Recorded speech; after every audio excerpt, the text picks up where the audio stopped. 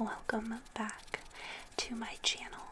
My name is Kate. If you're new, I hope that everybody is having a wonderful day, and if not, that I can be your remedy. Today I am going to just be reading, whispering, reading.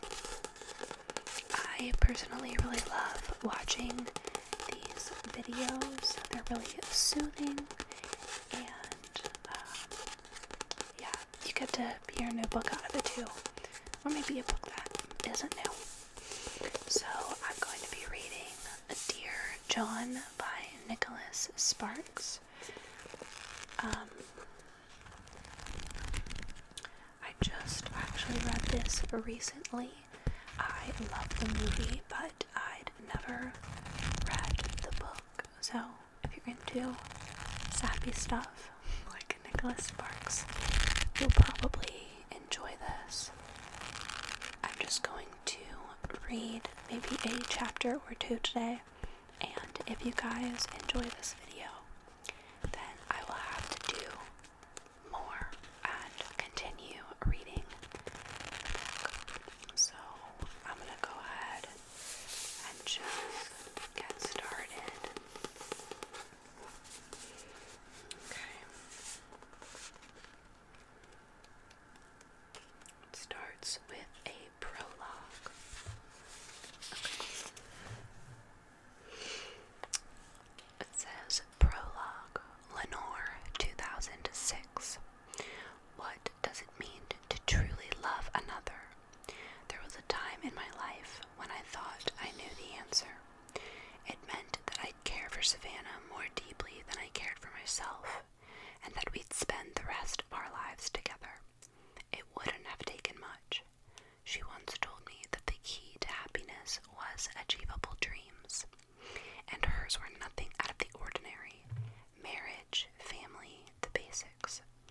It meant I'd have a steady job, the house with the white picket fence, and a minivan or SUV big enough to haul our kids to school or to the dentist or off to soccer practice or piano recitals. 2 or 3 kids, she was never clear on that, but my hunch is that when the time came, she would have suggested that we let nature take its course and allow God to make the decision. She was like that, religious, I mean, and I suppose that was part of the reason I fell for her. But no matter what was going on in our lives, I could imagine lying beside her in bed at the end of the day, holding her while we talked and laughed, lost in each other's arms. It doesn't sound so far-fetched, right? When 2 people love each other. That's what I thought too. And while part of me still wants to believe it's possible, I know it's not going to happen. When I leave here again, I'll never come back. Just gonna move it over here. For now, though, I sit on the hillside overlooking her ranch and wait for her to appear. She won't be able to see me, of course. In the army, you learn to blend into your surroundings. And I learned well because I had no desire to die in some backward foreign dump in the middle of the Iraqi desert. But I had to come back to this small North Carolina mountain town to find out what happened. When a person sets a thing in motion, there's a feeling of unease, almost regret, until you learn the truth. But of this I am certain. Savannah will never know I've been here today. Part of me aches at the thought of her being so close yet so untouchable. But her story and mine are different now. It wasn't easy for me to accept this simple truth, because there was a time when our stories were the same, but that was 6 years and 2 lifetimes ago. There are memories for both of us, of course, but I've learned that memories can have a physical, almost living presence, and in this, Savannah and I are different as well. If hers are stars in the nighttime sky, mine are the haunted empty spaces in between.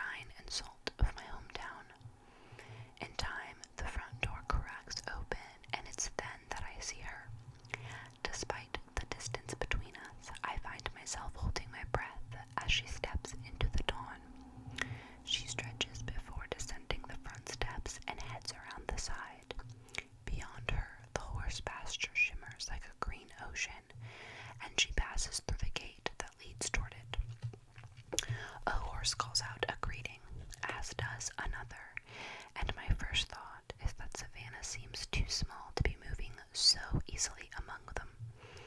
But she was always comfortable with horses, and they were comfortable with her.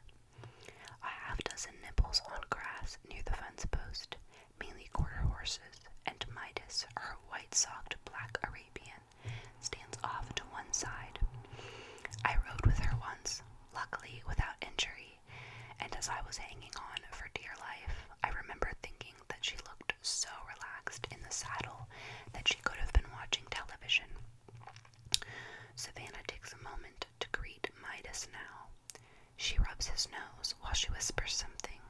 She pats his haunches, and when she turns away, his ears prick up as she heads toward the barn. She vanishes, then emerges again, carrying 2 pails, oats, I think. She hangs the pails on 2 fence posts, and a couple of the horses trot toward them. When she steps back to make room, I see her hair flutter in the breeze before she retrieves a saddle and bridle.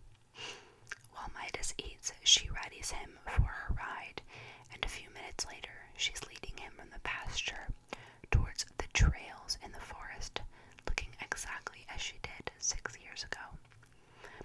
I know it isn't true. I saw her up close last year and noticed the first fine lines beginning to form around her eyes. But the prism through which I view her remains for me unchanging. To me, she will always be 21, and I will always be 23. I'd been stationed in Germany. I had yet to go to Fallujah or Baghdad to receive her letter, which I read in the railroad station in Samoa in the initial weeks of the campaign. I had yet to return home from the events that changed the course of my life. Now, at 29, I sometimes wonder about the choices I've made. The army has become the only life I know. I don't know whether I should be pissed or pleased about that fact. Most of the time, I find myself going back and forth depending on the day. When people ask, I tell them I'm a grunt, and I mean it. I still live on base in Germany. I have maybe $1,000 in savings, and I haven't been on a date in years. I don't serve much anymore, even on leave, but on my days off, I ride my Harley north or south, wherever my mood strikes me. The Harley was the single best thing I've ever bought myself, though it cost a fortune over there. It suits me since I've become something of a loner. Most of my buddies have left the service, but I'll probably get sent back to Iraq in the next couple of months. At least, those are the rumors around base. When I first met Savannah Lynn Curtis, to me, she'll always be Savannah Lynn Curtis. I could never have predicted my life would turn out the way it has, or believed I'd make the army my career. But I did meet her. That's the thing that makes my current life so strange. I fell in love with her when we were together, then fell deeper in love with her in the years we were apart. Our story has 3 parts, a beginning, middle, and an end. And although this is the way all stories unfold, I still can't believe that ours didn't go on forever. I reflect on these things, and as always, our time together comes back to me. I find myself remembering how it began. For now, these memories are all I have left. Moving on to part 1.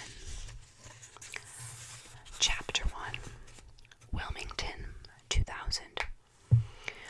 My name is John Tyree. I was born in 1977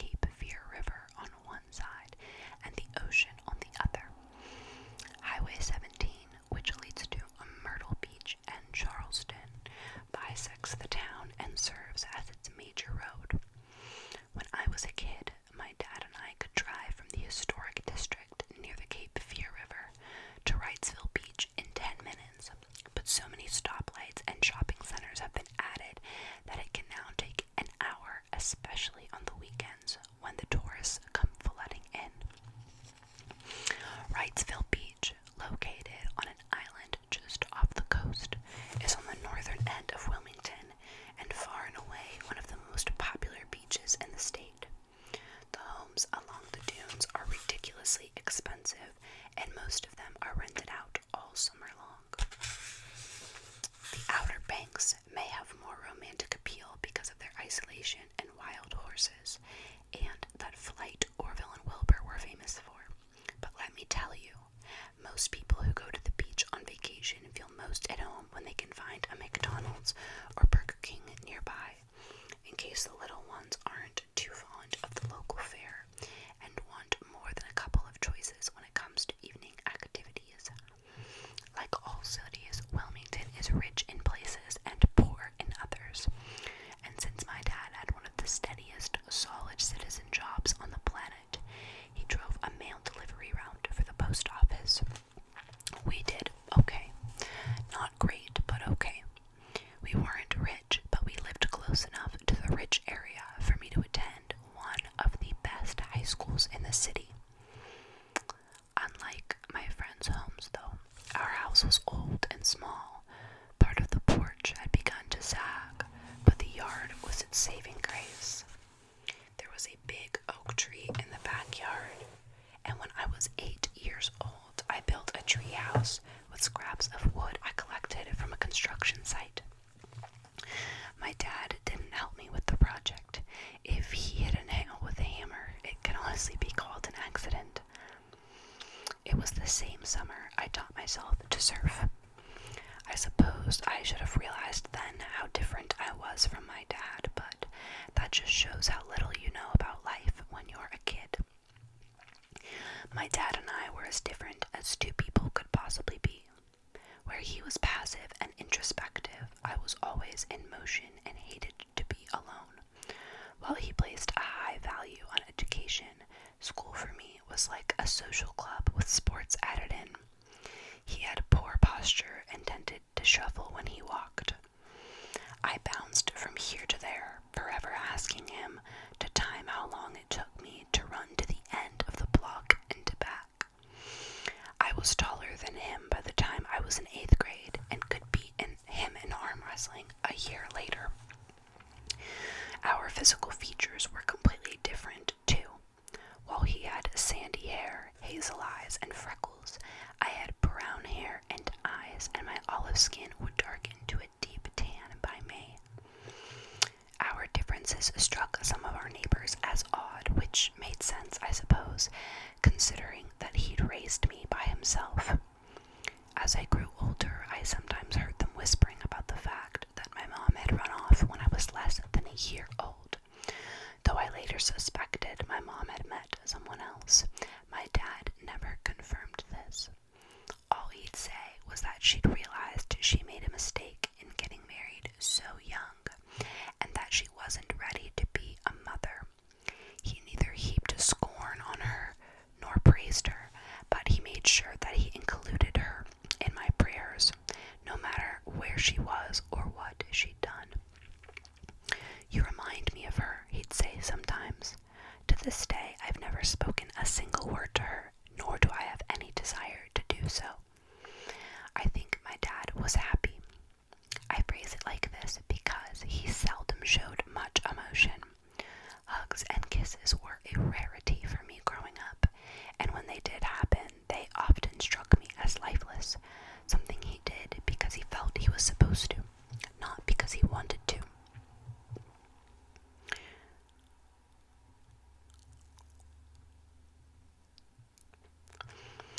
I know he loved me by the way he devoted himself to my care, but he was 43 when he had me, and part of me thinks my dad would have been better suited to being a monk than a parent. He was the quietest man I've ever known. He asked few questions about what was going on in my life, and while he rarely grew angry, he rarely joked either. He lived for routine. He cooked me scrambled eggs, toast, and bacon every single morning and listened as I talked about school over a dinner he'd prepared as well. He scheduled visits to the dentist 2 months in advance, paid his bills on Saturday morning, did the laundry on Sunday afternoon, and left the house every morning at exactly 7:35 a.m.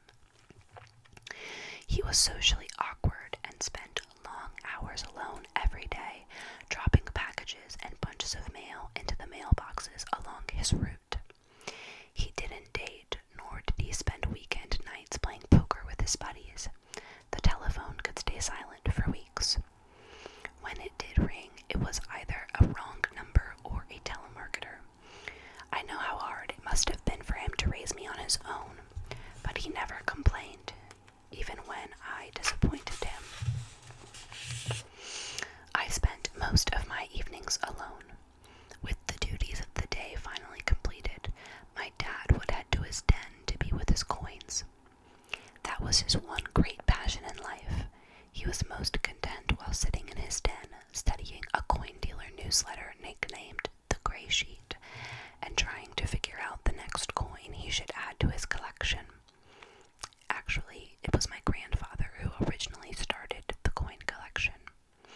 My grandfather's hero was a man named Louis Eliasberg, a Baltimore financier who is the only person to have assembled a complete collection of United States coins, including all the various dates and mint marks. His collection rivaled, if not surpassed, the collection at the Smithsonian, and after the death of my grandmother in 1951, my grandfather became transfixed by the idea of building a collection with his son. During the summers, my grandfather and dad would travel by train to the various mints to collect the new coins firsthand, or visit various coin shows in the Southeast. In time, my grandfather and dad established relationships with coin dealers across the country, and my grandfather spent a fortune over the years trading up and improving the collection. Unlike Louis Eliasberg, however, my grandfather wasn't rich. He owned a general store in Burgaw that went out of business when the Piggly Wiggly opened its doors across town, and never had a chance at matching Eliasberg's collection.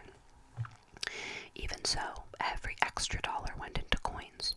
My grandfather wore the same jacket for 30 years, drove the same car his entire life, and I'm pretty sure my dad went to work for the Postal Service instead of heading off to college, because there wasn't a dime left over to pay for anything beyond a high school education. He was an odd duck, that's for sure, as was my dad. Like father, like son, as the old saying goes. When the old man finally passed away, he specified in his will that his house be sold and the money used to purchase more coins, which was exactly what my dad probably would have done anyway. By the time my dad inherited the collection, it was already quite valuable. When inflation went through the roof and gold hit $850 an ounce, it was worth a small fortune, more than enough for my frugal dad to retire a few times over, and more than it would be worth a quarter-century later.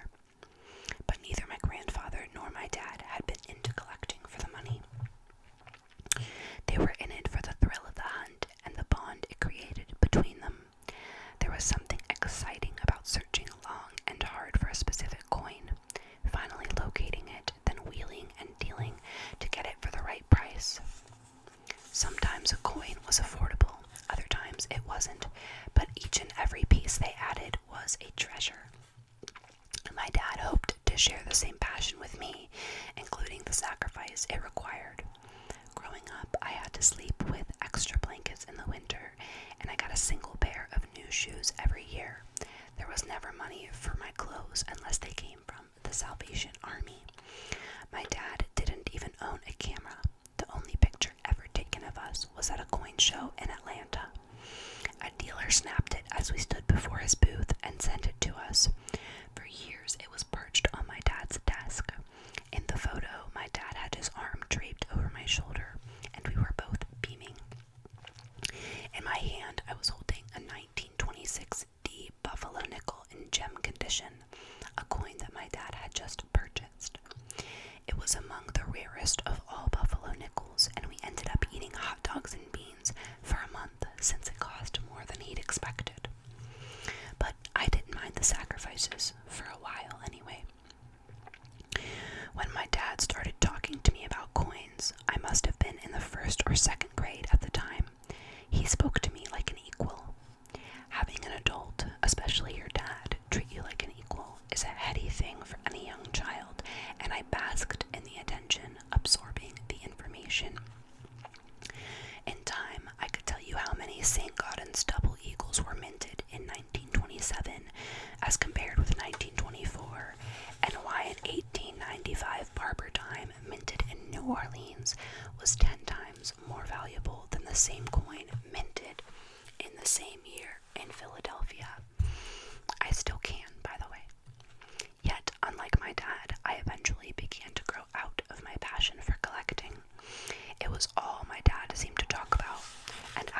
6 or 7 years of weekends spent with him instead of friends. I wanted out. Like most boys, I started to care about other things, sports and girls and cars and music, primarily, and by 14 I was spending little time at home. My resentment began to grow as well. Little by little, I began to notice differences in the way we lived when I compared myself with most of my friends. While they had money to spend to go to the movies or buy a stylish pair of sunglasses, I found myself scrounging for quarters on the couch to buy myself a burger at McDonald's. More than a few of my friends received cars for their 16th birthday. My dad gave me an 1883 Morgan silver dollar that had been minted in Carson City. Tears in our worn couch were covered by a blanket, and we were the only family I knew who didn't have cable television or a microwave oven. When our refrigerator broke down, he bought a used one that was the world's most awful shade of green, a color that matched nothing else in the kitchen. I was embarrassed at the thought of having friends come over, and I blamed my dad for that. I know it was a pretty crappy way to feel if the lack of money bothered me so much. I could have mowed lawns or worked odd jobs, for instance, but that's the way it was. I was as blind as a snail and dumb as a camel, but even if I told you I regret my immaturity now, I can't undo the past. My dad sensed that something was changing, but he was at a loss as to what to do about us. He tried, though, in the only way he knew how, the only way his father knew. He talked about coins. It was the one topic he could discuss with ease, and continued to cook my breakfasts and dinners, but our estrangement grew worse over time. At the same time, I pulled away from the friends I'd always known. They were breaking into cliques, based primarily on what movies they were going to see or the latest shirts they bought from the mall, and I found myself on the outside looking in. Screw them, I thought. In high school, there's always a place for everyone, and I began falling in with the wrong sort of crowd. A crowd that didn't give a damn about anything, which left me not giving a damn either. I began to cut classes and smoke, and was suspended for fighting on 3 occasions. I gave up sports too. I'd played football and basketball and run track until I was a sophomore, and though my dad sometimes asked how I did when I got home, he seemed uncomfortable if I went into detail, since it was obvious he didn't know a thing about sports. He'd never been on a team in his life. He showed up for a single basketball game during my sophomore year. He sat in the stands, an old balding guy wearing a worn sport jacket and socks that didn't match. Though he wasn't obese, his pants nipped at the waist, making him look as if he were 3 months pregnant, and I knew I wanted nothing to do with him. I was embarrassed by the sight of him, and after the game, I avoided him. I'm not proud of myself for that, but that's who I was. Things got worse. During my senior year, my rebellion reached a high point. My grades had been slipping for 2 years, more from laziness and lack of care than intelligence, I like to think. And more than once, my dad caught me sneaking in late at night with booze on my breath. I was escorted home by the police after being found at a party where drugs and drinking were evident, and when my dad grounded me, I stayed at a friend's house for a couple of weeks after raging at him to mind his own business. He said nothing upon my return. Instead, scrambled eggs, toast, and bacon were on the table in the mornings as usual. I barely passed my classes, and I suspect the school let me graduate simply because it wanted me out of there. I know my dad was worried, and he would sometimes, in his own shy way, broach the subject of college, but by then I'd made up my mind not to go. I wanted a job, I wanted a car, I wanted those material things I'd lived 18 years without. I said nothing to him about it one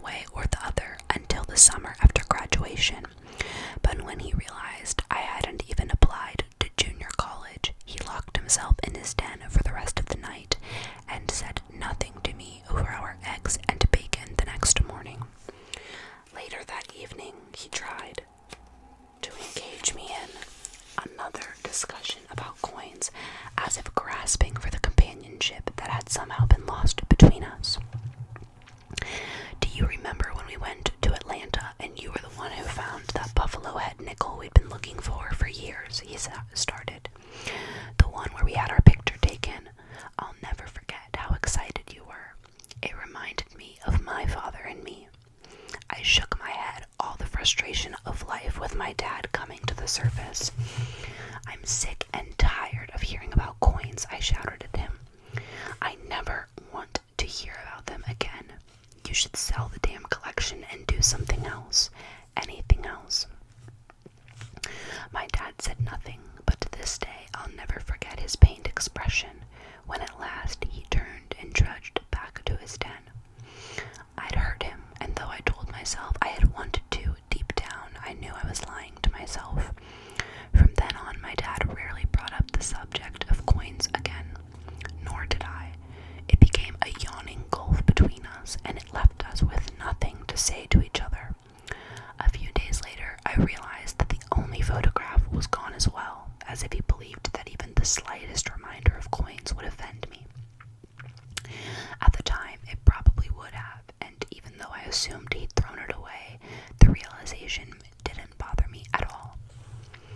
Growing up, I'd never considered entering the military, despite the fact that eastern North Carolina is one of the most militarily dense areas of the country. There are 7 bases within a few hours driving time from Wilmington. I used to think that military life was for losers. Who wanted to spend his life getting ordered around by a bunch of crew-cut flunkies? Not me. And aside from the ROTC guys, not many people in my high school either. Instead, most of the kids who'd been good students headed off to the University of North Carolina or North Carolina State, while the kids who hadn't been good students stayed behind, bumming around from one lousy job to the next, drinking beer and hanging out, and pretty much avoiding anything that might require a shred of responsibility. I fell into the latter category. In the couple of years after graduation, I went through a succession of jobs, working as a busboy at Outback Steakhouse, tearing ticket stubs at the local movie theater, loading and unloading boxes at Staples, cooking pancakes at Waffle House, and working as a cashier at a couple of tourist places that sold crap to the out-of-towners. I spent every time I earned, had zero illusions about eventually working my way up the ladder to management, and ended up getting fired from every job I had. For a while, I didn't care. I was living my life. I was big into surfing late and sleeping in, and since I was still living at home, none of my income was needed for things like rent, or food, or insurance, or preparing for a future. Besides, none of my friends was doing any better than I was. I don't remember being particularly happy, but after a while I just got tired of my life. Not the surfing part. In 1996, Hurricanes Bertha and Fran slammed into the coast, and those were some of the best waves in years. But hanging out at Leroy's bar afterward, I began to realize that every night was the same. I'd be drinking beers and bump into someone I'd known from high school, and they'd ask what I was doing, and I'd tell them, and they'd tell me what they were doing, and it didn't take a genius to figure out we were both on the fast track to nowhere. Even if they had their own place, which I didn't, I never believed them when they told me they liked their job as ditch digger or window washer or porta potty hauler, because I knew full well that none of those were the kinds of occupations they'd grown up dreaming about. I might have been lazy in the classroom, but I wasn't stupid. I dated dozens of women during that period. At Leroy's, there were always women. Most were forgettable relationships.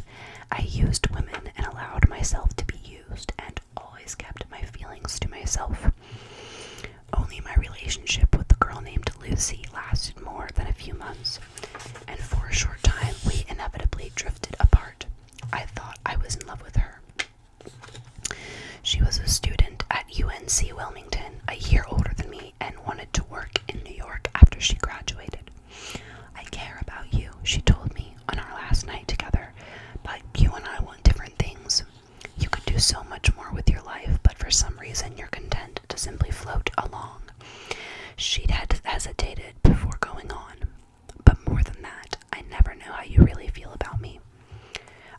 was right. Soon after, she left on a plane without bothering to say goodbye. A year later, after getting her number from her parents, I called her and we talked for 20 minutes. She was engaged to an attorney, she told me, and would be married the following June. The phone call affected me more than I thought it would. It came on a day when I'd just been fired, again, and I went to console myself at Leroy's as always. The same crowd of losers was there, and I suddenly realized that I didn't want to spend another pointless evening pretending that everything in my life was okay. Instead, I bought a 6-pack of beer and went to sit on the beach. It was the first time in years that I actually thought about what I was doing with my life, and I wondered whether I should take my dad's advice and get a college degree. I'd been out of school for so long, though, that the idea felt foreign and ridiculous. Call it luck or bad luck, but right then 2 Marines jogged by. Young and fit, they radiated easy confidence. If they could do it, I told myself, I could do it too. I mulled it over for a couple of days, and in the end, my dad had something to do with my decision. Not that I talked to him about it, of course. We weren't talking at all by then. I was walking toward the kitchen one night and saw him sitting at his desk, as always. But this time, I really studied him.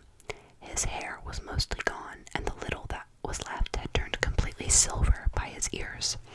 He was nearing retirement, and I was struck by the notion that I had no right to keep letting him down after all he'd done for me. So I joined the military. My first thought was that I'd join the Marines since they were the guys I was most familiar with.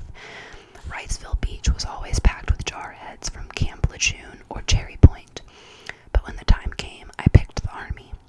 I figured I'd be handed a rifle either way, but what really closed the deal was that the Marines recruiter was having lunch when I swung by and wasn't immediately available, while the Army recruiter, whose office was right across the street, was. In the end, the decision felt more spontaneous than planned, but I signed on the dotted line for a 4-year enlistment, and when the recruiter slapped my back and congratulated me as I went out the door, I found myself wondering what I'd gotten myself into. That was in late 1997, and I was 20 years old. Boot camp at Fort Benning was just as miserable as I thought it would be. The whole thing seemed designed to humiliate and brainwash us into the following orders without question, no matter how stupid they might be, but I adapted more quickly than a lot of the guys. Once I got through it, I chose the infantry. We spent the next few months doing a lot of simulations in places like Louisiana and good old Fort Bragg, where we basically learned the best ways to kill people and break things, and after a while, my unit, as part of the 1st Infantry Division, aka the Big Red One, was sent to Germany. I didn't speak a word of German, but it didn't matter, since pretty much everyone I dealt with spoke English. It was easy at first, then Army life set in. I spent 7 lousy months in the Balkans, first in Macedonia in 1999, then in Kosovo, where I stayed until the late spring of 2000.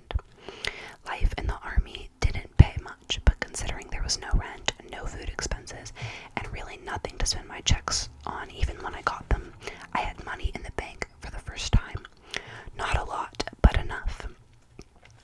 I spent my first leave at home completely bored out of my mind. I spent my second leave in Las Vegas. One of my buddies had grown up there, and 3 of us crashed at his parents' place. I blew through pretty much everything I'd saved. On my 3rd leave, after coming back from Kosovo, I was desperately in need of a break and decided to head back home, hoping the boredom of the visit would be enough to calm my mind. Because of the distance, my dad and I seldom talked on the phone, but he wrote me letters that were always postmarked on the 1st of every month. They weren't like the ones my buddy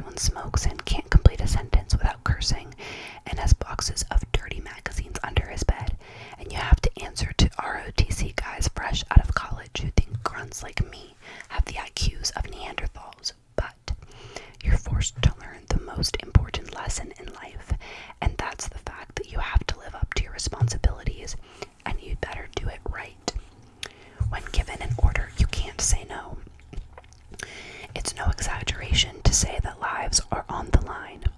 One wrong decision and your buddy might die. It's this fact that makes the army work. That's the big mistake a lot of people make when they wonder how soldiers can put their lives on the line day after day, or how they can fight for something they may not believe in. Not everyone does. I've worked with soldiers on all sides of the political spectrum. I've met some who hated the army and others who wanted to make it a career. I've met geniuses and idiots, but when all is said and done, we do what we do for one another. For friendship, not for country, not for patriotism, not because we're programmed killing machines, but because of the guy next to you.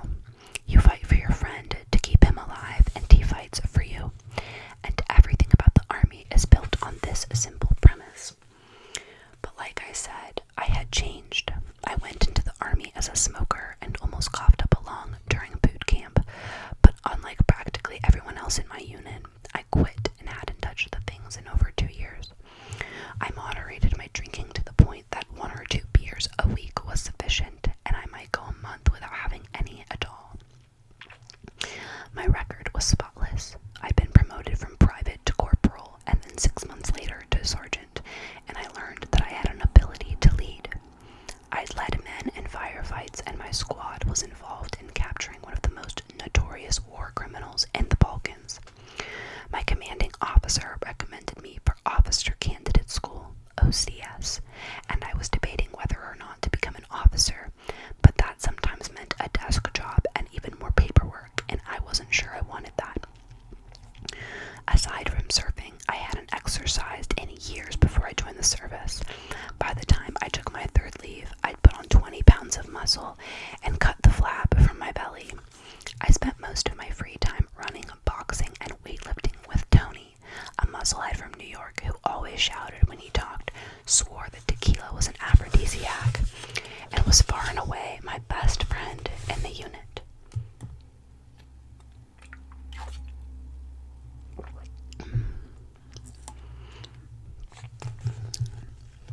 He talked me into getting tattoos on both arms just like him. And with every passing day, the memory of who I once had been became more and more distant. I read a lot, too. In the army, you have a lot of time to read, and people trade books back and forth, or sign them out from the library until the covers are practically worn away. I don't want you to get the impression that I became a scholar, because I didn't. I wasn't into Chaucer or Proust or Dostoevsky or any of those other dead guys. I read mainly mysteries and thrillers and books by Stephen King, and I took a particular liking to Carl Hiaasen because his words flowed easily and he always made me laugh. I couldn't help but think that if schools had assigned these books in English class, we'd have a lot more readers in the world. Unlike my buddies, I shied away from any prospect of female companionship. Sounds weird, right? Prime of life, testosterone-filled job. What could be more natural than searching for a little release with the help of a female? It wasn't for me. Although some of the guys I knew dated and even married the locals while stationed in Würzburg, I had heard enough stories to know that those marriages seldom worked out. The military was hard on relationships in general. I'd seen enough divorces to know that, and while I wouldn't have minded the company of someone special, it just never happened. Tony couldn't understand it. You gotta come with me, he pleaded. You never come. I'm not in the mood. How can you not be in the mood? Sabine swears her friend is gorgeous, tall and blonde, and she loves tequila. Bring Dawn, I'm sure he'd like to go. Castle, no way, Sabine can't stand him. I said nothing. We're just going to have a little fun. I shook my head, thinking that I'd rather be alone than revert to the kind of person I had been, but I found myself wondering whether I would end up being as monkish as my dad. Knowing he couldn't change my mind, Tony didn't bother hiding his disgust on his way out the door. I just don't get you sometimes. When my dad picked me up from the airport, he didn't recognize me at first and almost jumped when I tapped him on the shoulder. He looked smaller than I remembered. Instead of offering a hug, he shook my hand and asked me about the flight, but neither of us knew what to say next, so we wandered outside. It was odd and disorienting to be back at home, and I felt on edge just like the last time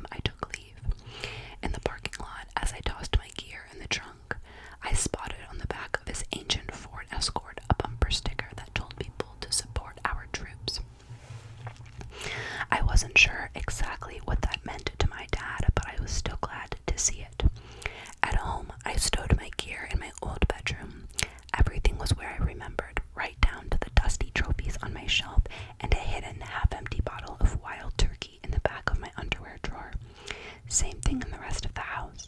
The blankets still covered the couch. The green refrigerator seemed to scream that it didn't belong. And the television picked up only 4 blurry channels. Dad cooked spaghetti. Friday was always spaghetti.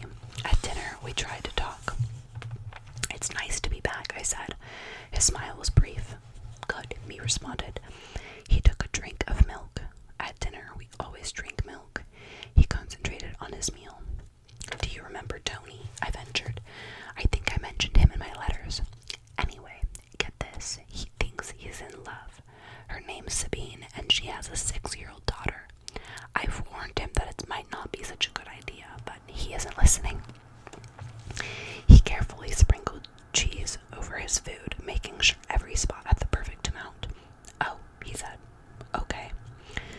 After that, I ate, and neither of us said anything. I drank some milk. I ate some more. The clock ticked on the wall.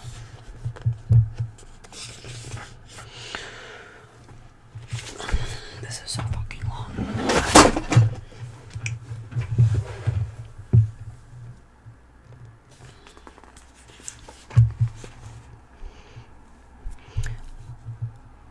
"I'll bet you're excited to be retiring this year," I suggested.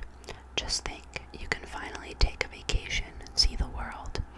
I almost said that he could come see me in Germany, but I didn't. I knew he wouldn't and didn't want to put him on the spot.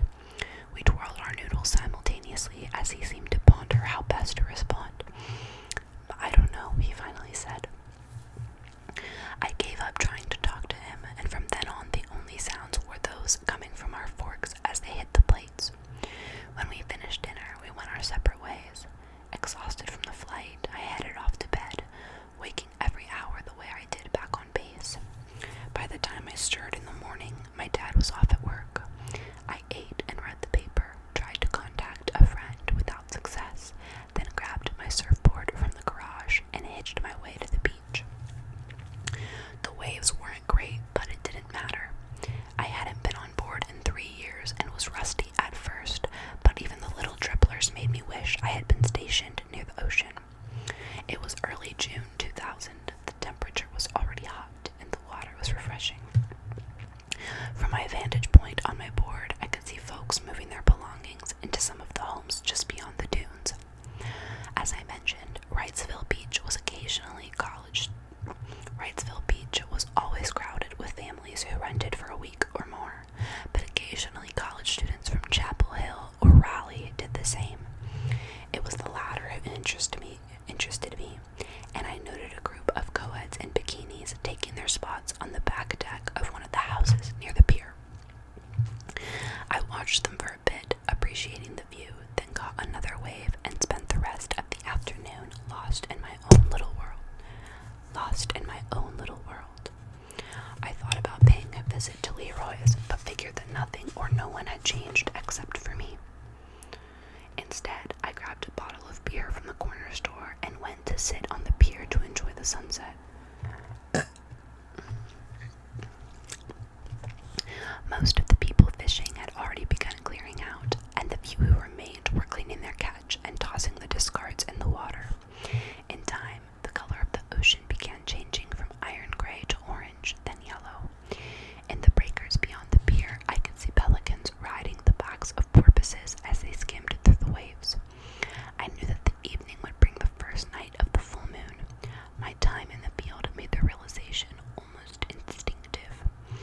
I wasn't thinking about much of anything, just sort of letting my mind wander. Believe me, meeting a girl was the last thing on my mind. That was when I saw her walking up the pier, or rather 2 of them walking. One was tall and blonde, the other an attractive brunette, both a little younger than me. College students, most likely. Both wore shorts and halters, and the brunette was carrying one of those big knit bags that people sometimes bring to the beach when they plan to stay for hours with the kids.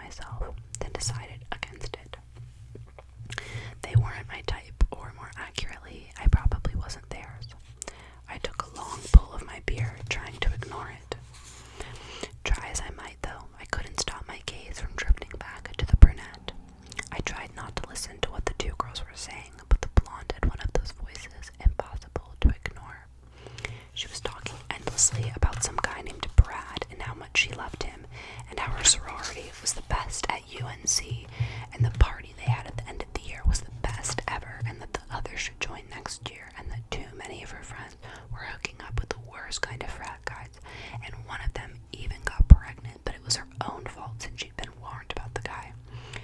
The brunette didn't say much. I couldn't tell whether she was amused or bored by the conversation, but every now and then she would laugh.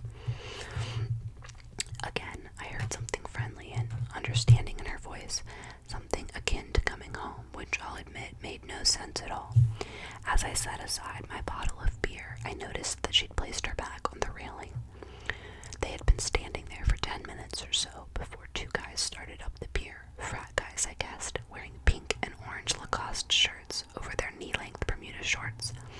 My first thought was that one of these two must be the Brad that the blonde had been talking about. Both carried beers, and they grew furtive as they approached, as if intending to sneak up on the girls. More than likely, the two girls wanted them there, and after a quick burst of surprise, complete with a scream and a couple of friendly slaps on the arm, they'd all head back together, laughing and giggling or doing whatever it was college couples did. It might have turned out that way too, for the boys did just what I thought they would. As soon as they were close, they jumped at the girls with a yell. Both girls shrieked and did the friendly slap thing. The guys hooted, and a pink shirt spilled some of his beer. He leaned against the railing, near the bag, one leg over the other, his arms behind him. "Hey, we're going to be starting the bonfire in a couple of minutes," Orange Shirt said, putting his arms around the blonde. He kissed her neck. "You two ready to come back?" "You ready?" the blonde asked, looking at her friend. "Sure," the brunette answered. Pink Shirt pushed back from the railing, but somehow his hand must have hit the bag, because it slid, then tumbled over the edge. The splash sounded like a fish jumping. "What was that?" he asked, turning around. "My bag," the brunette gasped. "You knocked it off." "Sorry about that," he said, not sounding particularly sorry. "My purse was in there." He frowned. "I said I'm sorry. You've got to get it before it sinks." The frat brothers seemed frozen, and I knew neither of them had any intention of jumping in to get it. For one thing, they'd probably never find it, and then they'd have to swim all the way back to shore, something that wasn't recommended when one had been drinking, as they obviously had been. I think the brunette read Pink Shirt's expression as well, because I saw her put both hands on the upper rail and one foot on the bottom. "Don't be dumb. It's gone," Pink Shirt declared, putting his hand on hers to stop her. "It's too dangerous to jump. There might be sharks down there. It's just a purse. I'll buy you a new one." "I need that purse. It's got all of my money in there." It wasn't any of my business, I knew, but all I could think as I leapt to my feet and rushed toward the edge of the pier was, "Oh, what the hell." So that is the end of chapter 1. If you guys are enjoying the story and you'd like me to do another reading video starting with chapter 2, definitely let me know. I hope that you enjoyed the video, and if you did, please like and subscribe and share with your friends if you feel so inclined. Sorry about the lighting. The sun started to